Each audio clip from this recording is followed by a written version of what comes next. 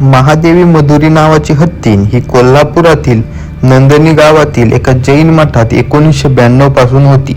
तिला या मठात ठेवण्यात आलं होतं. तिच्यावर अस्वच्छतेचे, आजाराचे आणि मानसिक त्रासाचे अनेक लक्षण दिसल्याचे पेटा इंडिया नावाच्या एका ऑर्गनायझेशनने या संदर्भातील तक्रार 28 डिसेंबर 2023 रोजी उच्च शक्ती समिती HPC कडे दाखल केली होती आणि HPC ने महादेवीला गुजरातच्या Radhekrishna temple elephant welfare trust म्हणजेच वंतारामध्ये स्थलांतरित करण्याचा निर्णय घेतला होता आणि 16 जुलै 2025 रोजी बॉम्बे उच्च न्यायालयाने HPCचा निर्णय कायम राखून महादेवी हत्तीणीला पुनर्वसनासाठी स्थलांतरित करण्याचा आदेश दिला आणि शेवटी 28 जुलै 2025 ला तिला वंतारासाठी रवाना करण्यात आली आणि त्यावेळी तिथे गावातील सगळेच लोक उपस्थित होते आणि सर्वांच्याच डोळ्यात अश्रू देखील होते आणि महादेवीच्या सुद्धा.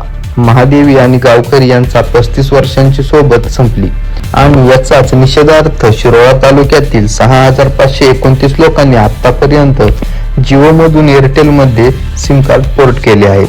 तर मित्रांनो, याबद्दल तुम्हाला काय वाटते ते कमेंट मध्ये नक्की सांगा.